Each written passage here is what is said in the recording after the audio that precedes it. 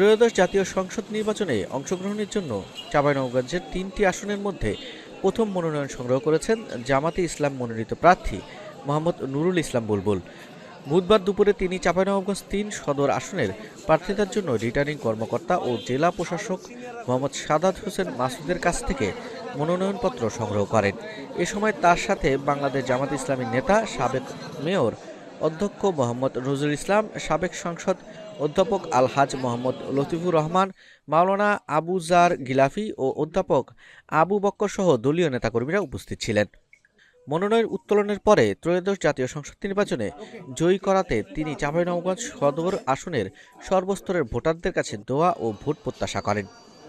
চাঁপাইনবাবগঞ্জ থেকে Azimuddin, news desk.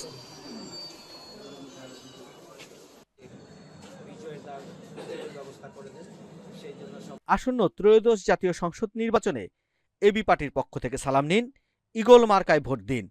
AB পার্টির অঙ্গীকার, রাষ্ট্র হবে জনতার। এই স্লোগানকে সামনে রেখে আগামী নির্বাচনে গাজীপুর ২ আসন থেকে জনদরদি, গরিবের বন্ধু, মেহনতি মানুষের আদর্শ পুরুষ আলহাজ ইঞ্জিনিয়ার আলমগীর হোসেনকে ঈগল মার্কায় ভোট দিয়ে জনসাধারণের জীবনমান উন্নয়নে কাজ করার সুযোগ দিন।